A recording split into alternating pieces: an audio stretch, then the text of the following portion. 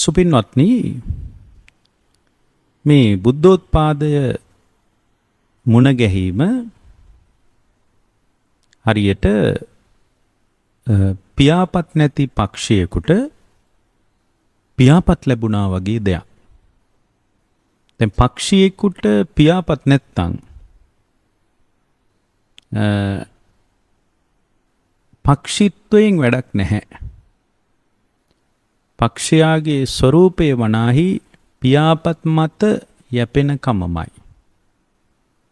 එතකොට මේ සොඳුරු ගෞතම බුද්ධ ශාසනය කියලා කියන්නේ පියාපත් නැති පක්ෂියෙකුට පියාපත් ලැබුණා වගේ කියලා කියන්නේ. එතකොට පියාපත් වල තමයි පක්ෂියෙක්ගේ සුරක්ෂිතතාවය රැකවරණේ තියෙන්නේ. ඒතර පක්ෂියෙකුට තියෙන එකම රැකවරණේ පියාපත් මතයි තියෙන්නේ. ඒතර ශක්තිමත් පියාපත් තියෙන පක්ෂියෙක් කිසිම දවසක බාහිර තත්ත්වයන් මත විශ්වාසය තියන්නේ නැහැ. මොකද එයාට හොඳ පියාපත් තියෙනවා. එයාට ඊටාම හොඳින් පියාපත් තියෙනවා. ඒ නිසා ඒ ඊටා හොඳින් පියාපත් තියෙන පක්ෂියෙක් කවදාවත් බාහිර තත්ත්වයන් විශ්වාස කරන්නේ නැහැ. ඒ නිසා එයාට ඕනම තැනක හැසිරෙන්න පුළුවන්. එයාට ඕනම තැනක හැසිරෙන්න පුළුවන්.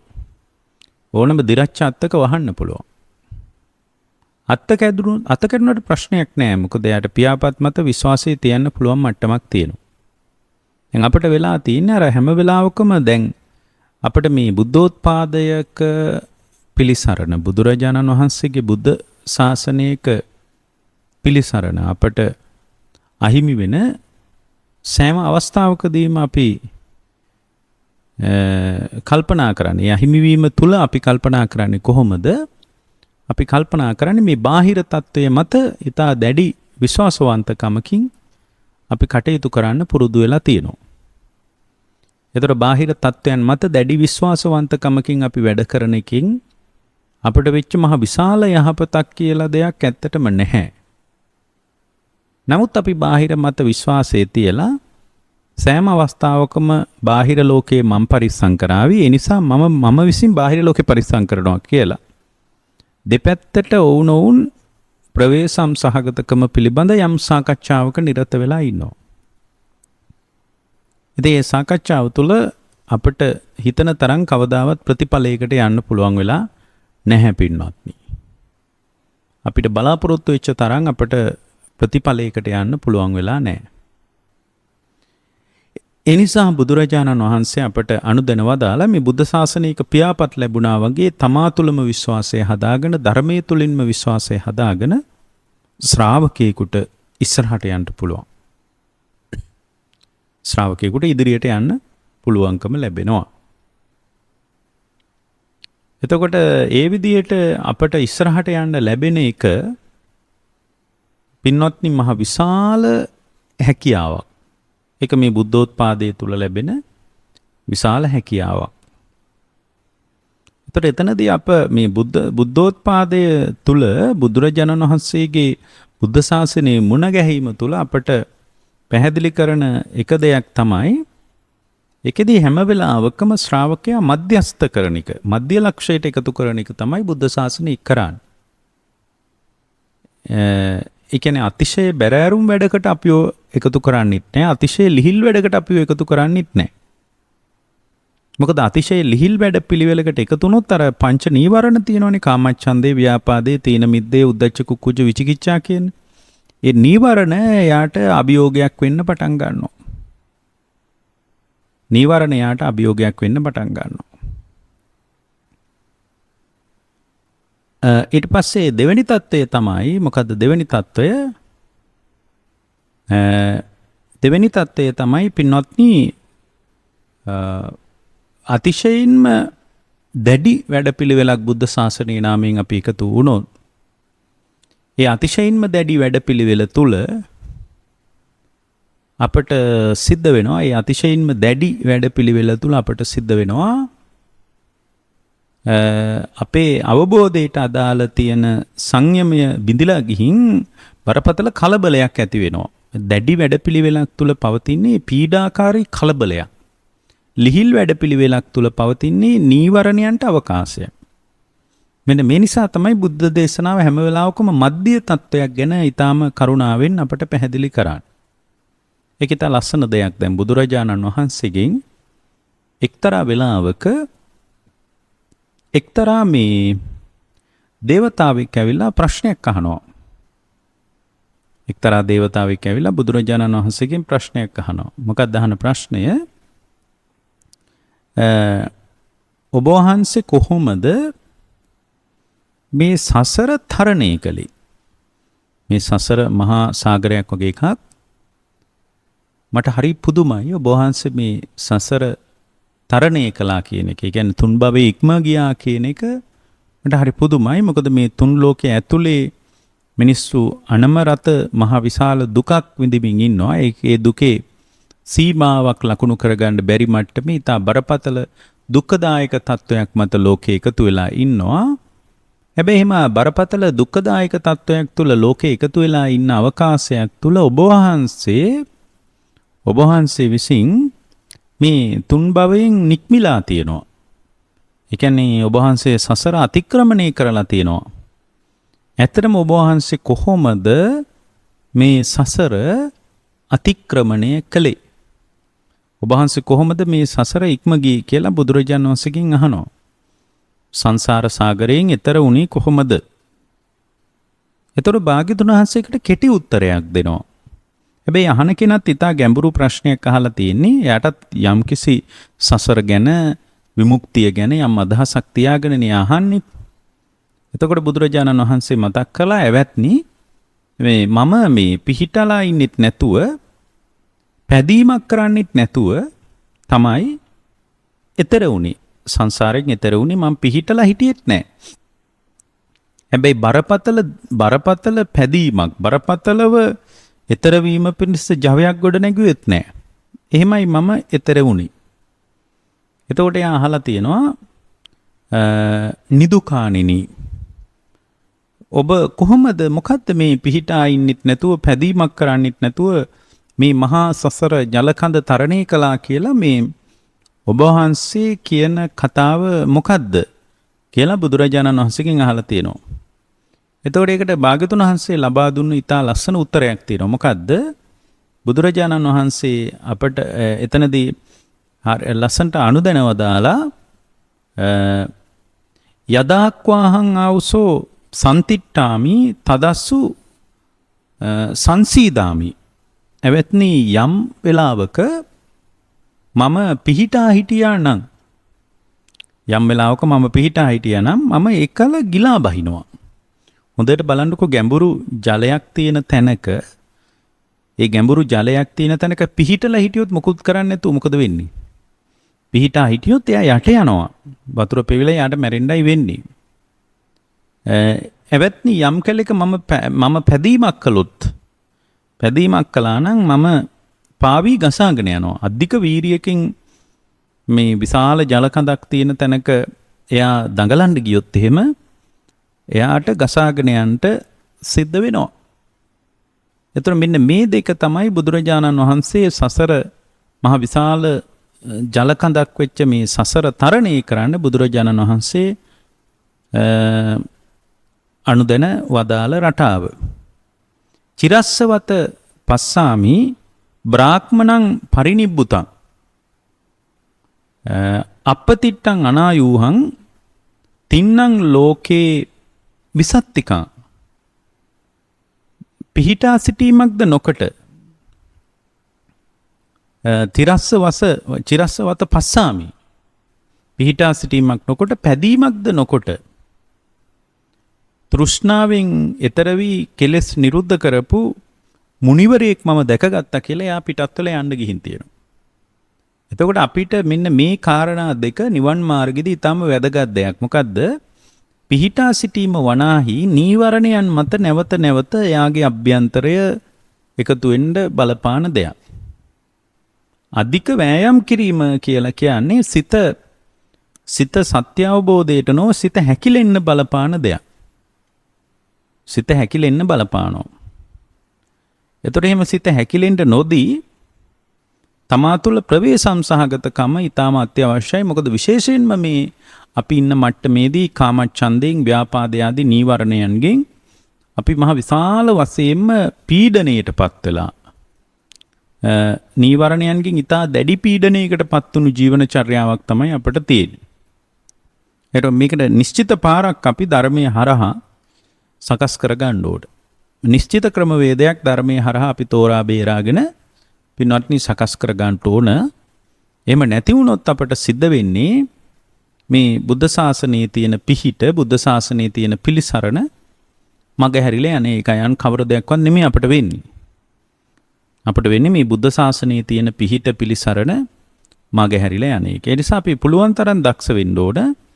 ඇත්තටම මේ අපිට මේ දැන් තියෙන මූලික తত্ত্বය දැන් අපිට මේ බුද්ධ ශාසනය යමින් දැන් බුද්ධ ශාසනයේ නාමයෙන් අපිට යම් දේවල් ටිකක් තියෙනවානේ. දැන් අපි හිතමුකෝ කෙනෙක් සිල් සමාදන් වෙනවා කියලා. ඒතර මේ සිල් සමාදන් වීම වගේ తত্ত্বයක්, සීලයක් දියුණු කිරීම වගේ තත්ත්වයක් මත පුද්ගලයෙක් ඉන්නවා නම්, සීලයක් දියුණු කිරීම වගේ තත්ත්වයක් නම් කෙනෙකුට තියෙන්නේ.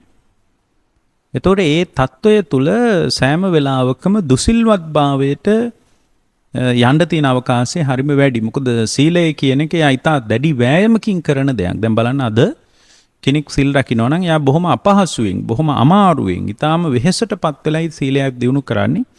මොකද සීලේ කැලල් වීමට, සීලේ දුර්වල වීමට, සීලයෙන් පිරිහිලා යන්න, ඒ කියන්නේ සීල විපත්තිය කරා යන්න තියෙන අවකාශය වැඩි.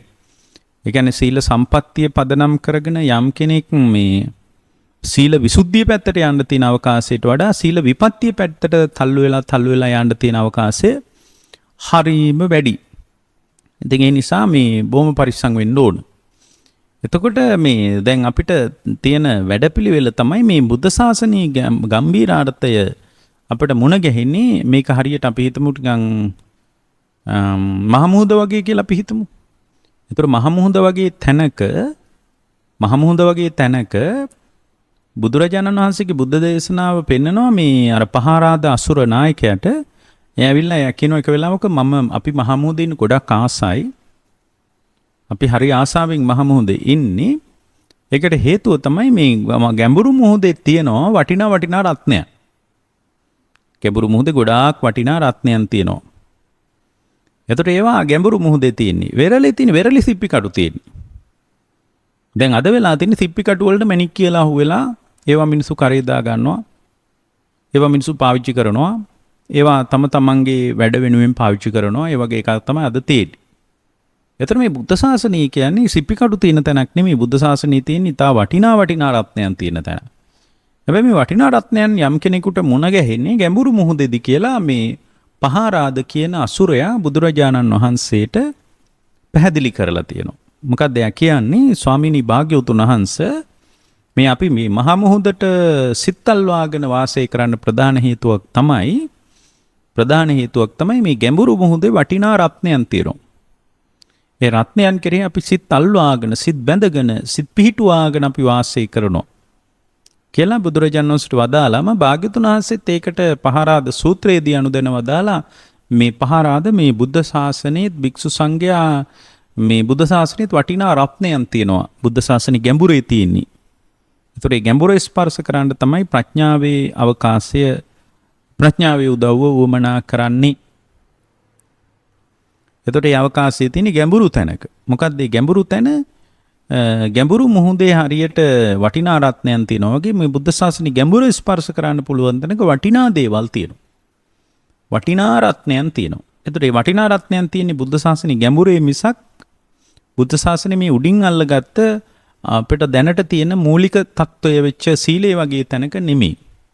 දැන් සීලය වගේ දෙයක් ඉතා අවිශ්වාසවන්ත කටයුතු වන්නේ සීලයට එකතු වෙන සෑම අවස්ථාවකදීම අපි දුසිල්වත්කම පැත්තට විසි වෙනවා. හරියට මේ බුද්ධ ශාසනයේ මහා සාගරය වගේ තැනක් නම් මහා සාගරයේ ස්වභාවයක් තමයි මේ රළට වෙරළ මේ වැල්ල මුණ ගැහෙන තැනක් තියෙනවා. වෙරළට රළ මුණ ගැහෙන තැනක් තියෙනවා. ඒ මුණ ගැහෙන තැන වගේ තමයි සීලය කියලා කියන්නේ. ඒ කියන්නේ මේ අපිට රළ හම්බ වෙන්නේ රළ නිතර නිතර මුණ ගැහෙන තැන තමයි වැල්ල. එතකොට වෙරළේ රළ හම්බ වෙන තැන වගේ තමයි සීලය කියලා කියන්නේ. මහ මුහුදේ ගැඹුරු තැන වගේ තමයි ප්‍රඥාව කියලා කියන්නේ. එතකොට හැම වෙලාවකම රළ වෙරළට මුණ ගැහෙනවා. රළ වෙරළට මුණ ගැහෙනවා, නැවත නැවත රළ වෙරළට සම්මුඛ වෙනවා. මොකද අලුත් රැලි ගැඹුරු මුහුදේ නිර්මාණය වෙනවා. එතකොට අලුත් රැලි නිර්මාණය වෙනකොට ඒ රළ නැවත නැවත ගොඩට ගහනවා. යම් කෙනෙක් මේ ගැඹුරු මුහුද ස්පර්ශ කරනවා නම් ඒ පුද්ගලයාට සිද්ධ වෙනවා මොකද්ද? ගැඹුරු මුහුද ස්පර්ශ කරන්න එයාට සිද්ධ වෙනවා රළ පාගන්න. එතකොට රළ පෑගෙන තැන ස්පර්ශ නොකොට මං ගැඹුරු මුහුද ස්පර්ශ කරනවා කියනවා නම් ස්වාධීනව කෙනෙකුට කරන්න බෑ. තවත් යම් දෙයක උපකාරය ඇතුව කරන්න පුළුවන්. දැන් එක පාරම මොකක් හරි දෙයකින් ගිහින් කෙනෙක්ව කෙලිම ගැඹුරු මුහුදට අතාරින්න පුළුවන්. එහෙම නෙමෙයි මේ කියන්නේ. තමන් ස්වාධීනව ගැඹුරු මුහුද පුද්ගලික, මොකද කොහොමත් බුද්ධ ශාසනයේ පුද්ගලිකව ගුණධර්ම දිනු කරන්න ඕනේ. ඒකනේ ආත්මාර්ථය කියන දේ බුද්ධ ශාසනයේ බොහොම වටිනා දෙයක් විදියට බුද්ධ ශාසනය පෙන්වන්නේ ඒකනේ. ආත්මාර්ථය ගොඩාක් වටිනවා කියලා බුද්ධ ශාසනය පෙන්වන්නේ ඒකයි. එතකොට ඒ ආත්මාර්ථය කියන එක ගොඩාක් වටින්නේ මේ ඇතුළාන්තයේ ಗುಣධර්ම පුද්ගලිකව දියුණු කරගෙන තමයි ඉස්සරහට යන්න තියෙන්නේ. ඒකේ මොන මට්ටමේ කෙනෙක් වුණත් මොන විදිහේ තත්වයක් මත ජීවිතයේ ගෙවන කෙනෙක් වුණත් ඒ ආධ්‍යාත්මික ಗುಣධර්ම පුද්ගලිකව තම තමා විසින් දියුණු කරගෙන තමයි ඉස්සරහට යන්න වෙන්නේ. එතකොට එහෙමනම් එයාට රළ පාගන්න වෙනවා ගැඹුරට ස්පර්ශ කරන්න නම්.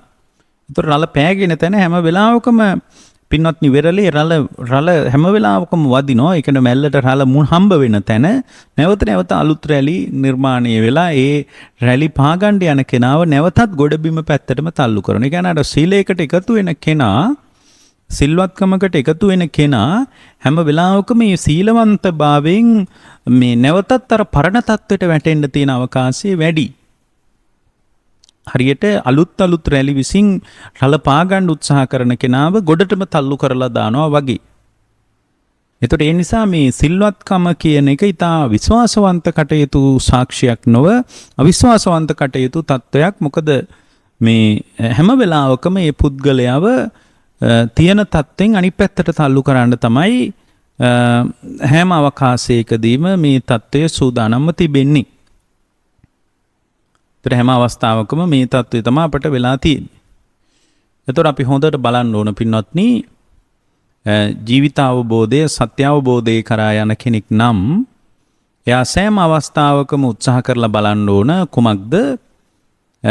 ඒ තමයි මේ සෑම අවධියකදීම එයා සීලයෙන් විතරක් සම්තෘප්තිමත් වෙලා බුද්ධ ශාසනයේ අර්ථය හොයාගෙන යන්න හදනවා නම් නැවත දුසිල්වත්කම පැත්තට, පරණ කෙලෙස් සමග ගනුදෙනුවට, පරණ අධර්මයේ සමග ගනුදෙනුවට, පරණ මේ අරතිය සමග, ඒ කියන්නේ ධර්මයට ඇති අකමැත්ත සමග ගනුදෙනුවට අපේ සිත යොමු වෙන්න තියෙන අවස්ථාව හරිම වැඩි. ඒකයි ඔය සිල් සමාදන් වෙලා ඉන්න අය ආයෙත් බොහෝම ඉක්මනට පරණ ගතියෙම එන්නේ.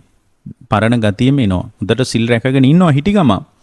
පින්වත්නි පොඩ්ඩක් හැරිලා බලනකොට ටික කාලයක් යන්නේ සීලේ නැති වෙලා, කල්යාණ මිත්‍රයාගේ ඇසුර නැති වෙලා බොහෝම පුංචි කාලයක් යන්න ඕන. ඒ බොහෝම පුංචි කාලයක් ඇතුළත එයා සම්පූර්ණයෙන් ආයෙත් අර පරණ තිබ්බ ගතියටම, පරණ ස්වභාවයටම, පරණ තත්වයටම එයා එකතු වෙන්න පටන් ගන්නවා. ඉතින් මේ ගුණධර්ම රැකපු මිනිස්සයාද මේ ඉන්නේ කියලා හිතෙන මට්ටමටම එයා පින්වත්නි මේ පිරිහිලා යන්න පටන් ගන්නවා.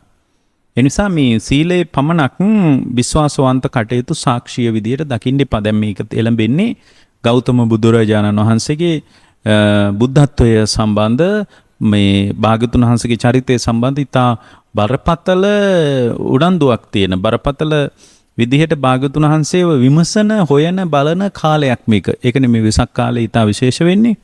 ඒතර මේ කාලේ ඔය පින්නතුන්ලා පෙහෙවස් සමාදන් වීම වගේ තත්වයකින් විතරක් නවතින්න එපා. මේ සීලය වගේ තත්වයක්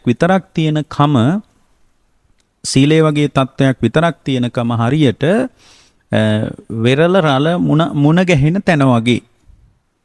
ඒතර නැවත රැලි ගොඩ නැගෙනකොට රළ පාගලා ගැඹුර ස්පර්ශ කරන්න හදන කෙනෙක් හැම වෙලාවකම ගොඩබිම පැත්තටම තල්ලු කරනවා. එතකොට අන්න ඒ වගේ තමයි පින්වත්නි මේ සීලයෙන් විතරක් බුද්ධ ශාසනයේ සැනසීම අත්දකින්න යම් පුද්ගලයෙක් උත්සාහ කරනවා නම් ඒක කරන්න අපහසු දෙයක්. එතකොට මේ යම් කෙනෙක් ගැඹුරු මුහුද කරා මොකද දැන් බුද්ධ ශාසනයේ අර පහරාදකෝ වගේ ගැඹුරු මුහුදේනේ වටිනා රත්නයන් තියෙන්නේ. ඒතර හැම වෙලාවකම රළ විසින් මේ ඒ පුද්ගලයා ගොඩටම තල්ලු කරනවා. ගොඩබිමේ තමයි වටිනා ඒවා හොයන්නේ. ගොඩබිමේ අහුවෙන්නේ වටිනා ඒවා නෙමේ පොඩි සිප්පි කටු තමයි අහුවෙන්නේ.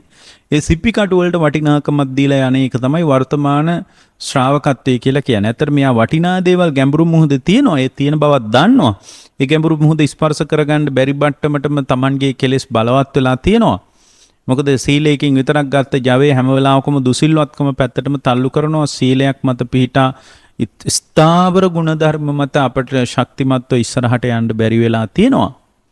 ඉතින් මේ බැරි වෙච්චකම ඇතුළේම යා මොකද කරන්නේ? ඒ බැරි වෙච්චකම ඇතුළේම පින්වත්නි යා ඊට පස්සේ වෙරළේම වටිනා දේවල් තියෙනවා, ලස්සන දේවල් තියෙනවා කියලා වෙරළේ අතපොත ගන්නවා මිසක් ගැඹුරු මුහුද ගැන යා හොයන්නේ නැහැ. එතකොට දැන් මෙතන තියෙන ඊළඟ ප්‍රශ්නේ තමයි දැන් ගැඹුරු මුහුදට යම් කෙනෙක් වටිනා දේවල් හොයන්න යන්න නම් ඒ ගැඹුරට ක්‍රමානුකූලව යන්න ඕනේ. ගැඹුර ක්‍රමානුකූලව ගැඹුරට යන්නේක තමයි මුහුදේ ස්වභාවය. එතකොට ඒක අර පහරාද වුණත් බුදුරජාණන් වහන්සේට ඇවිල්ලා ඒක කියලා තියෙනවා. ස්වාමීනි මේ මහමුහුදට අපි සිත්තල්වාගෙන වාසය කරන්නට ප්‍රාමාණික හේතුවක් තමයි ප්‍රමාණවත් හේතුවක් තමයි ස්වාමීනි මේ මහමුහුදේ ස්වභාවයක් පවතිනවා. මේ මහමුහුදේ ස්වභාවය තමයි අනුපුබ්බ සික්ඛා අනුපුබ්බ කිරියා අනුපුබ්බ පටිපදා කියලා අනුපූර්ව ක්‍රියාමාර්ග ටික බුද්ධ ශාසනය පෙන්නනවා. ඒ බුද්ධ ශාසනයේ ස්වභාවය ඒ වගේ හරියට පහරාදිකව මේ ක්‍රමානුකූලව මුහුද ගැඹුරට යනවා. ඒ ක්‍රමානුකූලව ගැඹුරට යන තිකට අපි තුල රුචියක් පවතිනවා. මේ මහමුහුදට සිත් අල්වාගෙන වාසය කරන්නට බලපාන එක්තරා හේතුවක් තමයි ස්වාමීනි මෙන්න මේක කියලා කියනකොට බුදුරජාණන් වහන්සේ වදාළ මේ බුද්ධ ශාසනයත් හරියට මහමුහුද වගේමයි. ඒතර අනුපුබ්බ සික්ඛා අනුපුබ්බ කිරියා අනුපුබ්බ පටිපදා වගේ අනුපූර්ව ක්‍රමයක් තියෙනවා. ඒතර මේ ගැඹුරු මුහුදට යන්න පාවිච්චි කරන වාහකය වෙන්නේ චිත්ත සමාධිය. සීලය විතරක් තියෙන තැනක ආයෙත් දුසිල්වත්කම පැත්තට තල්ලු වෙනවා. මොකද රළේ ස්වභාවය තමයි නැවත නැවත ඒ රළ ස්පර්ශ කරන කෙනා රලින් එතර කරනවා. සම්පූර්ණ රලින් හිටපු පැත්තටම තල්ලු කරනවා.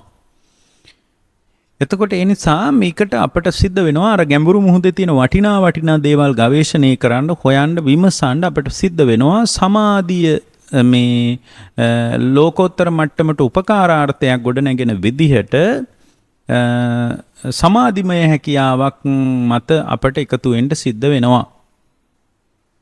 සමාධිමය හැකියාවක් මත. එතකොට මේ සමාධිමය හැකියාව කියන එක බුදුරජාණන් වහන්සේගේ ශ්‍රාවකයෙකුට අතිශයින්ම උපකාර කරන මට්ටමක් සමාධිමය හැකියාව.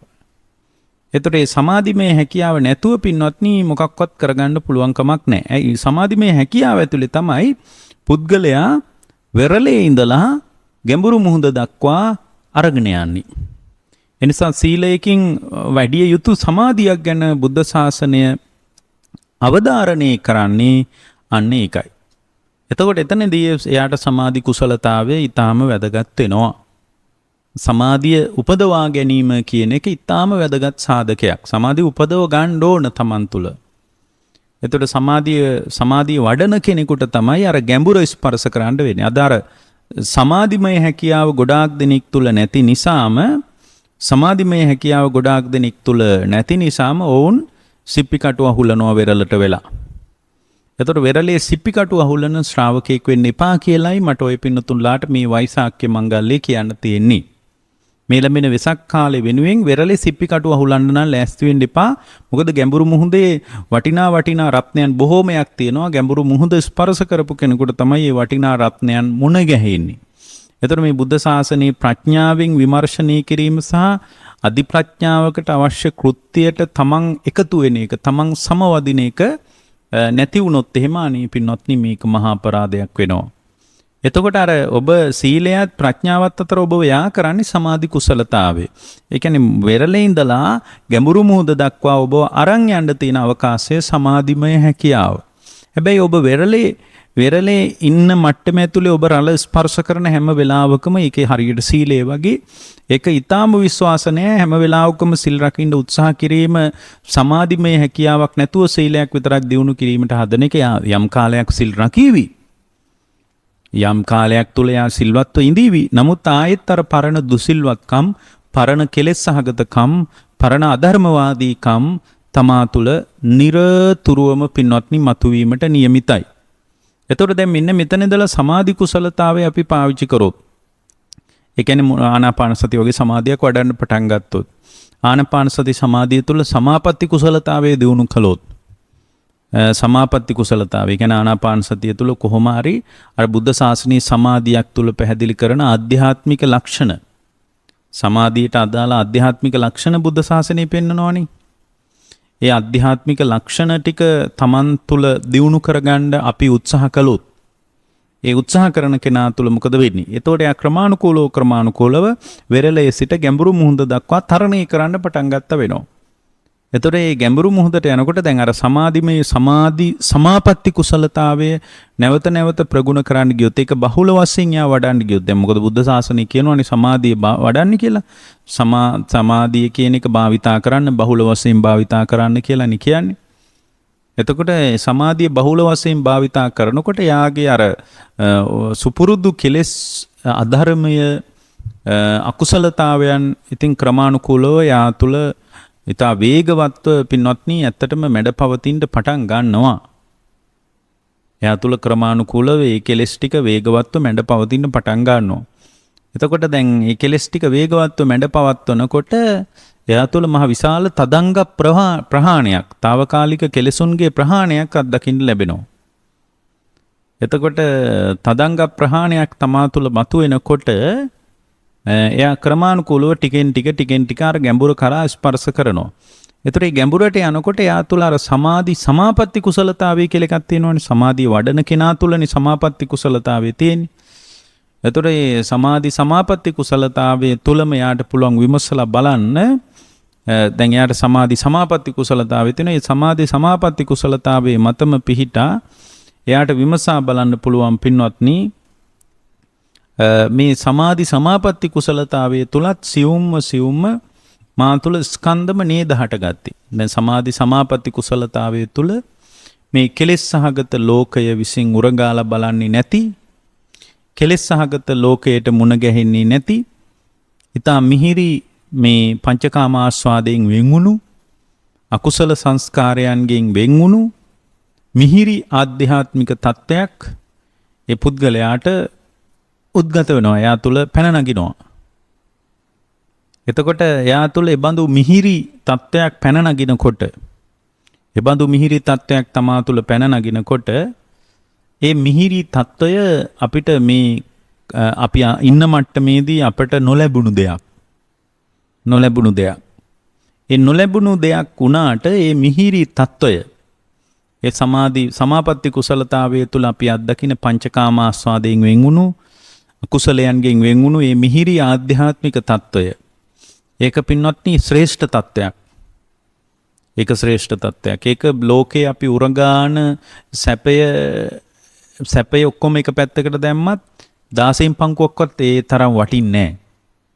අපි මෙහි ගොඩාක් මේ සැපවත්කම කියන එක අත්දැකලා අපි මේ ආර්ථිකව රැස් කරගත්ත දේවල් මත උඩ හිටගෙන අපි බලනවා අනේ කෝ අපේ සැපේ කියලා. එතකොට අපිට අපි මේ සැපේ හොයාගෙන මේ ආර්ථික වශයෙන් අපි සමාජීය වශයෙන් ගොඩනගාගත්ත තත්ත්වයේ උඩ හිටගත්තට පස්සේ අපිට බැලුවත කොහෙවත් අපිට සැපයක් කියලා එකක් පේන්නේ නැහනේ.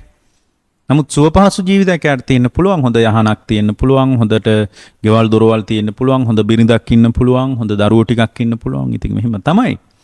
නමුත් අර එයාට මේ දරුවෝ මත, බිරිඳ මත, ගෙවල් දොරවල් මත, ආර්ථික ශක්තිය මත හිටගත්තට පස්සේ මේ ඔක්කොම මේවායින් සමන්නාගත වෙච්ච තත්ත්වයනේ මේ ලෝකේ සාර්ථක ජීවිතය කියලා කියන්නේ. වගේ ඇතුලේ ගොඩනගාගත් උගත්කම්, බුද්ධිමත්කම් මේවා මත හිටගත්තට පස්සේ, මේවා මත හිටගෙන බැලුවට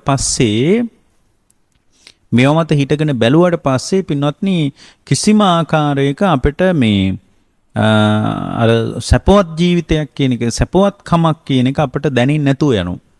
එතකොට තමයි අපිට තේරෙන්නේ අපි ආපු පාර වැරදි කියලා. ඒ සමහරට ආපු පාර වැරදි කියලා වැරදුනා කියලා බැලුවත් නිවැරදි වෙන්න තැනක් පේන්නේ නැහැ. මේ බුද්ධෝත්පාදේ කියන්නේ යට නිවැරදි වෙන්න අවකාශයක් තියෙනවා. එතකොට මේ සමාධි කුසලතාවයේ කියන එකට එයා එකතු වුණාට පස්සේ යාට දැනෙන తত্ত্বය පින්වත්නි අර මේ ගොඩාක් මේ භෞතික ජීවිතය ඇතුලේ සාර්ථක ජීවිතයක් කියලා අත්දකින්න සාර්ථකත්වයක් තියෙනවනේ. ඒ සාර්ථකත්වයත් අර සමාධි කුසලතාවයේ තුල අත්දකින්න තත්ත්වයක් එකෙන් 16න් පංගුවක්වත් මේ දූවිල්ලත් තරම්වත් වටින්නේ නැති මට්ටමට එයාට සැපය තමා තුල ප්‍රකට වෙන්න ගන්නවා. ඒක හරිම ආධ්‍යාත්මික තත්ත්වයක්. ඒක ඇතුළාන්තය තුල පුදුම තත්ත්වයක් ඒක. එතකොට මේ ඇතුළාන්තය තුල තමන් අත්දකින්න ඊටා මිහිරි තත්ත්වය. ඒක ඊටාම ලස්සන තත්ත්වයක්. ඒ ආධ්‍යාත්මික තත්ත්වය ඊටාම සුන්දර එකක්.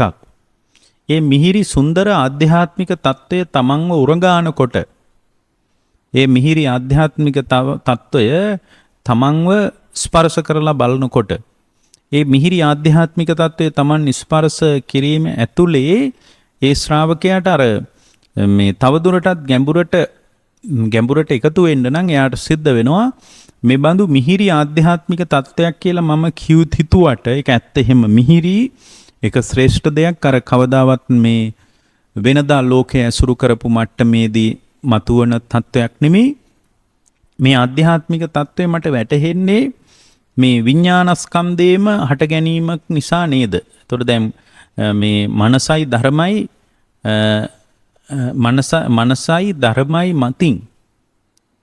මනසයි ධර්මයි මතින් පහළ වෙනවා. ඒ අනුව සිතක්. ඒකට අපි කියනවා මනෝ විඥානයේ පහළ වීම කියලා. ඒ අනුව පහළ වෙන සිත පහළ වීමෙන් නේද මේ සැපය මේ මිහිරි අභ්‍යන්තරික සුව පහසුව මම අද වළඳන්නේ. මොන විඥානේද? මනෝ විඥානයේ පහළ වීම. මොකද සමාධිමය අත්දැකීම අයිති එතනටනේ. සමාධිමය අත්දැකීම අයිති වෙන්නේ අන්න එතනට. එතකොට මම මේ මිහිරියාව අත්දකින්නේ මනෝවිඤ්ඤාණයෙන්. ඒක මනෝවිඤ්ඤාණය පහළ වෙන්නේ කොහොමද? මනසයි ධම්මාරම්මනයි මත පහළ වෙනවා මනෝවිඤ්ඤාණය කියලා එකක්. මනසයි ධම්මාරම්මනයි මතින් පහළ වෙන මනෝවිඤ්ඤාණය පහළ වීමෙන් තමයි මනෝවිඤ්ඤාණ සිත පහළ වීමෙන් තමයි මේ මිහිරියාව මට වැටහෙන්නේ, දැනෙන්නේ, තේරෙන්නේ. හරි. ඒතර මට මේ දැනෙන මට්ටම කොයි වගේ පදනමක් ඇතුළේද කියලා එයාගේම සිතින් බුද්ධ ශාසනය තමන්ගේ ළඟ තියාගෙන බුදුරජාණන් වහන්සේගේ ධර්මයේ තමන්ගේ පැත්තකින් තියාගෙන බලනකොට එයාට පේනවා මොකද මනසයි ධම්මාරම්මනයි මනෝ විඥානයයි පහළ වීමෙන් තමයි මනෝ සම්පස්සේ නිසා උපන් මනෝ සම්පස්සජා වේදනාවක් තමයි මට මේ වැටහෙන්නේ. ඇස්තරියට පස්සේ ඇත්තටම මේකට ඇස් මට්ටමේදී මොකක්වත් හේතුවක් පේන්නේ නැහැ. කන් මට්ටමේදී මොකක්වත් හේතුවක් පේන්නේ නැහැ. නාසයේ මට්ටමේදී මොකක්වත් හේතුවක් පේන්නේ නැහැ. මේකට දිව මට්ටමේදී මේ රසය වැටහෙන මට්ටමේදී මට මේකට මොකක්වත් හේතුවක් පේන්නේ නැහැ. හැබැයි මේකට හේතුව මොකද්ද? මේකට හේතුව තමයි මට මේ මනෝ විඥානයේ පහළ වීමෙන්. ඒක පහළ වුණේ කොහොමද? මනසයි ධම්මාරම්මනයි මතින් පහළ වෙන සිත මනෝ විඥාන සිත. ඒ මනෝ විඥානයේ පහළ වීමෙන් මනෝ සම්පස්සේ නිසා උපන් ආස්වාදයක් තමයි මට දැන් මේ වෙලාවේ මේ වැටහෙන්නේ, අභ්‍යන්තර සිතට වැටහෙන්නේ. මෙන්න මේ බඳු තත්වයක් මට මේ වැටහෙන්නේ. මේ වගේ තත්වයක් තමයි මට වැටහෙන්නේ. එතකොට බුදුරජාණන් වහන්සේ මනෝ විඥානයේ පෙන්වා දුන්නේ කොයි ආකාරයෙන්ද? මනෝ විඥානයේ පෙන්වා දුන්නේ මායාවක් හැටියටයි. බුදුරජාණන් වහන්සේ අපට පෙන්වා දුන්නේ මනෝ විඥානය මායාකාරී දෙයක් හැටියටයි. විඥානේ මායාකරුවෙක් විදියටයි පෙන්වුවේ. එතකොට රූපේ පෙන්වීමක රූපේ පෙන පිඬක් වගේ පෙන්වුවේ. ඊට පස්සේ වේදනාව දිය බුබුලක් වගේ. දිය බුබුලු මතුවෙලා බිඳිලා යනවා. මතු උනාට වඩා වේගයෙන් බිඳිලා යනවා. එතකොට සංස්කාර පෙන්වුවේ තමන් තුළ රැස් වෙන සංස්කාර කිසල් කඳක් වගේ. ඉතින් අරටුවක් හම්බ වෙන්නේ නැහැ. වටිනා දැන් අපි සමහර සංස්කාර වලට ලොකු වටිනාකමක් දෙනවා. දැන් උදාහරණයක් විදිහට පුණ්‍ය සංස්කාරයන්ට එහෙම මිනිස්සු ලොකු වටිනාකමක් දෙනවා. ඉතින් එහෙම වටිනාකමක් දෙන එක හොඳයි. මොකද පින ශ්‍රාවකයෙකුට, මිනිස්සෙකුට මහ පුදුම උදව්වක් කරනවා. පින නැතුව මොකක්වත් කරගන්න පුළුවන් කමක් නැහැ. පින පුද්ගලයා මහ විශාල සැපවත් ජීවිතයක් කරා මේ පින පුද්ගලයාව එකතු කරනවා. ඒතර පින කියන එක නරක දෙයක් නෙමෙයි. පින කියන්නේ බොහොම හොඳ දෙයක්. නමුත් බුදුරජාණන් වහන්සේගේ ධර්මයෙන් බැලුවට පස්සේ සංස්කාර පෙන්වුවේ මොකක් විදියටද? කෙසල් කඳක් විදියට. එතකොට මේ පින ඇතුලේ සදාතනික සාරයක් අහුවෙන්නේ නැහැ. හරියට කෙහෙල් ගහක කවුරු හරි කෙනෙක් අරටුවක් හෙව්වොත් එයාට අරටුවක් හම්බෙන්නේ නැහනේ. කෙහෙල් පතුරු ගහගෙන යනකොට පතුරු ටික ඉවර වෙනවා මිසක් මැදින් මොකුත් හම්බ වෙන්නේ නැහැ. අන්න ඒ වගේ තමන් තුළ රැස් වෙන සංස්කාර විපාක දීලා අනිත්‍ය වෙලා යනවා මිසක් සදාතනිකව ඉතුරු වෙන දෙයක් නම් සදාතනිකව යාට අහු වෙන දෙයක් නම් පින්වත්නි මොකුත්ම යාට අහු වෙන්නේ නැහැ ඇත්තටම. කිසිම දෙයක් ඒ පුද්ගලයාට අහු වෙන්නේ නැහැ. විඥානය උපමා කළේ මොකටද? මායාවක් විදියටයි. එතකොට දැන් මම මේ අත්දකින්න දේ යථාර්ථයක් නෙමෙයි. මේක මම මේ අත්දකින්න තත්ත්වයක් ඉතා මායාකාරී දෙයක්. මායාවක්. මේක යථාර්ථය කියලා රැවටුනොත් එහෙම මේක ඇත්තක් කියලා රැවටුනොත් එහෙම මට මේ සදාතනිකව මේ දුක නිමා කරගෙන අවශ්‍ය ආධ්‍යාත්මික තත්ත්වයන් අත්පත් කරගෙන සම්පූර්ණයෙන් දුක නිමා කරගෙන සදාතනික සැනසීම කියන තැනකට මට නම් එකතු වෙන්න ලැබෙන්නේ නැහැ මේ විදියට කියලා පින්වත්නි අපි හැම වෙලාවකම කල්පනා කරන්න පටන් ගන්න ඕන. විමසන්න පටන් ගන්න ඕන. එතකොට ඒ විදියට විමසනකොට යාට සමාධිය අධ්‍යක්ීම වැටහෙන්නේ මනසයි ධම්මාරම්මනයි මතින් මනසයි ධම්මාරම්මනයි නිසා ඒ අනුව සිතක් පහළ වෙනවා මනෝ විඥානය කියලා. මේ තුන එකතු වෙන නිසා මනෝ සම්පස්සෙන් හටගත්ත මනෝ සම්පස්සජා වේදනාවක් විදියට තමයි මේ සමාධිය මත මං අත්දකින්න தত্ত্বය වැටහෙන්නේ. එතකොට මේක මේ අත්දැකීමට ප්‍රධාන හේතුව මොකද්ද? මනෝ සම්පස්සේ. සම්පස්සේ කියන්නේ මොකද්ද? මනෝ විඥානය. එතකොට මනෝ විඥානයේ පහළ වීම කියලා විඥානයේ බුදුරජාණන් වහන්සේ උපමා කළේ මායාවක් හැටියට නේද? විඥානයේ උපමා කළේ මායාවක් හැටියට. එතකොට මායාවක් නම් විඥාණය මේක යථාර්ථය නොවේ. මේක ඇත්ත නෙවෙයි. මේක යථාර්ථය නෙමෙයි කියලා අර සමාධිමත් සිතකින් අර සැපය ප්‍රීතිය අත්දකින්න ගමන්ම කල්පනා කරනවා මම ඉන්නේ මේ මායාවක කියලා.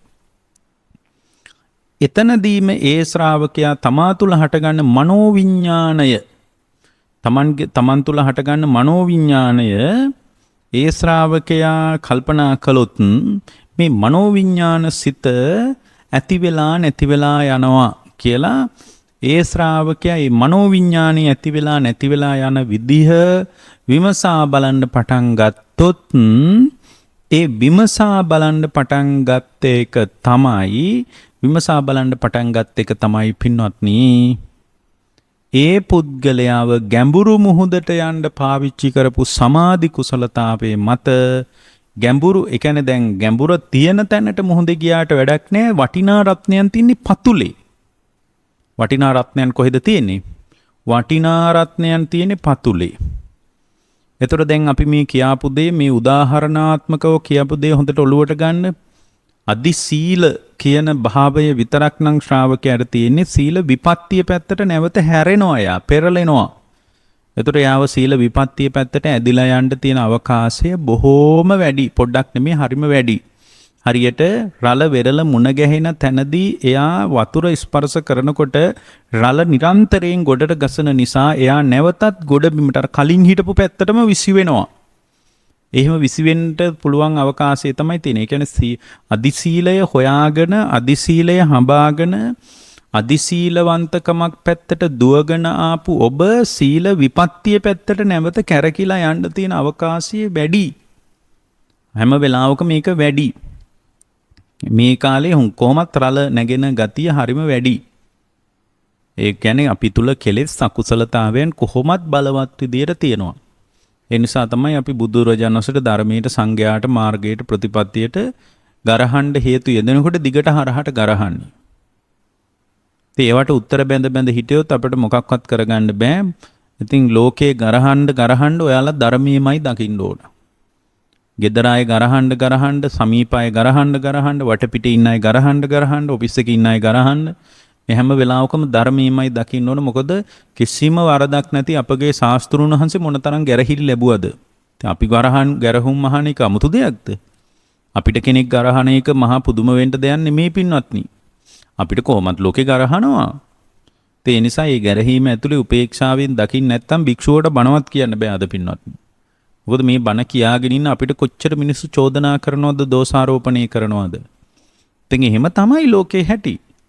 මම සරණ ගිය අපගේ බුදුරජාණන් වහන්සේ අබමල් රේණුවකවත් කාටවත් වරදක් නොකරපු උත්තමයන් වහන්සේ නමක්. උන්වහන්සේට කොච්චර ලෝකයා ගැරහුවද චෝදනා කළාද? ඒ නිසා මේ සීලයකින් රැකෙන්න උත්සාහ කළත් පින්වත්නි ආයතර ගැරහිලි පැත්ත බලන්න, ලෝකයේ පැත්ත බලන්න, ලෝකයක් සමග එකතු වෙන්න දුසිල්වත්කම සමග ඇයි හොඳයි කම්පාන්න තියෙන අවස්ථාව වැඩි. එතකොට එයා මොකද කරන්නේ? එතකොට අපි පුරුදු වෙලා තියෙනවා වෙරළේ සිප්පි කටුව හුලන්න. අර ගැඹුරු මුහුදේ වටිනා රත්නයන් තියෙන බව අපි දන්නවා. ගැඹුරු මුහුදේ වටිනා රත්නයන් තියෙන බව අපිට දැනුවත්. නමුත් ගැඹුරු මුහුද ස්පර්ශ කරන්න බැරි මට්ටමට Tamanගේ සීල විපත්තිය Tamanව අනතුරේ දාන නිසා කමන්නේ ඉති මුහුද ස්පර්ශ කර ගැඹුරු මුහුදට යන්න ඕනේ. වෙරළේ හරි මොනවා හරි තියෙයිද කියලා බලන්න මිනිස්සු සිප්පි කටුව හොලනවා. අද ලංකාවේම හැදෙන තරම් සිප්පි කටුව හැවිලීමක් තමයි. ලංකාවෙම බෞද්ධ කොඩි දානික විතරක් නම් තියෙන්නේ සිප්පි කටුව හින්දිනවා වගේ වැඩ.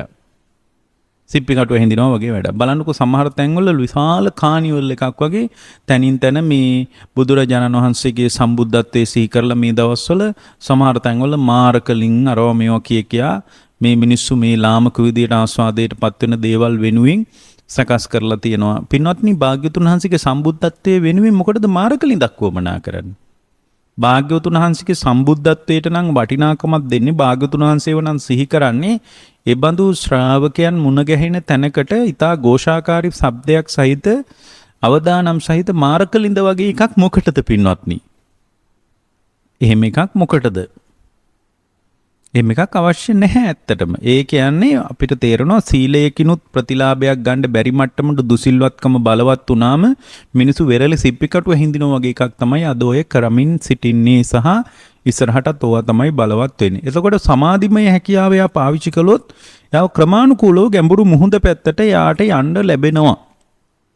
එතකොට මේ සමාධිමය අත්දැකීම කාලයක් ප්‍රගුණ කරලා අර සමාපatti කුසලතාවය මත හුඟක් ශක්තිමත් වුණාට පස්සේ සමාධිමය කුසලතාවය දැනෙන මට්ටම විභාග කර ගන්නවා.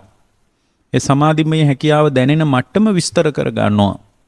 ඒ සමාධිමය මට්ටම දැනෙන සමාධිය දැනෙන මට්ටම විග්‍රහ කර ගන්නකොට ඒක එයාට සිද්ධ වෙන්නේ මේ මනසට ධම්මාරම්මන මුණ ගැහිම මත මේ සමාධි ආරම්මණයේ මත යාට තුළ පහළ වෙලා තියෙන මොකද්ද?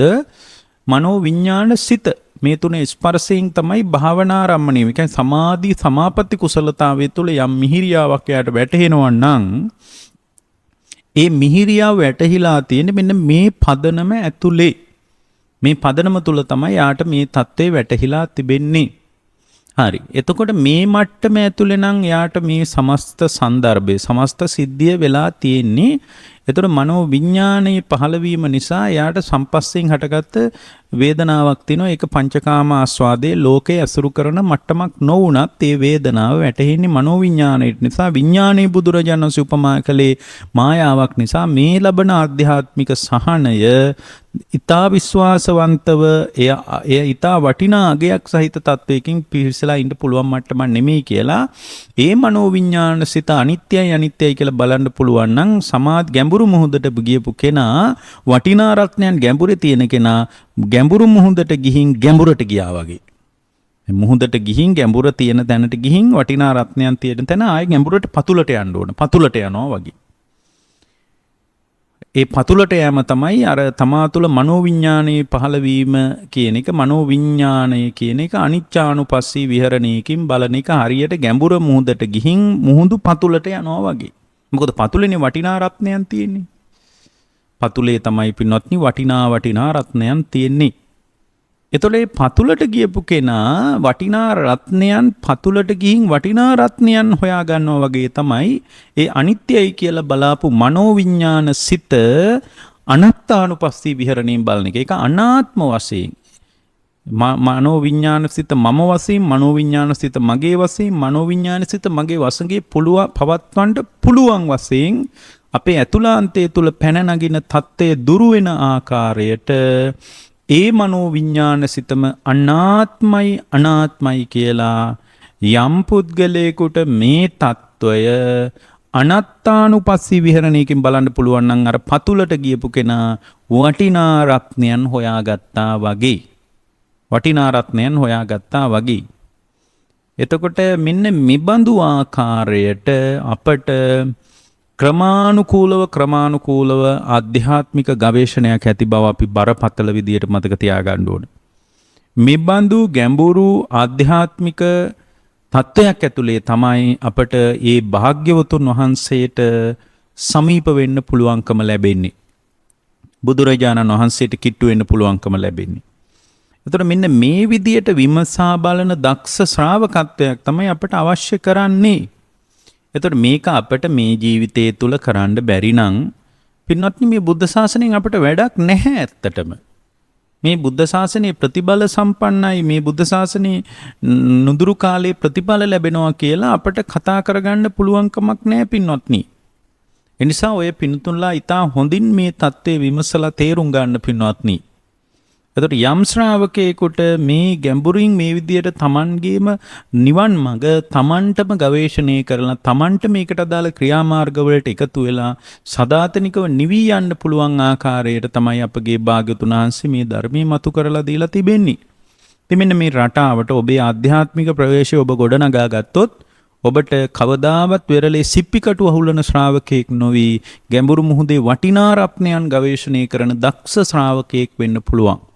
එබඳු දක්ෂ ශ්‍රාවකත්වයක් උදෙසා මේ උතුම් බුද්ධ දේශනාව ඔය පිනතුන්ලා සියලු දෙනාටම උපකාර වේවා කියන අදිෂ්ඨානෙන් අපි අද මේ උතුම් ධර්මානුශාසනාව නිමාවටපත් කරනවා.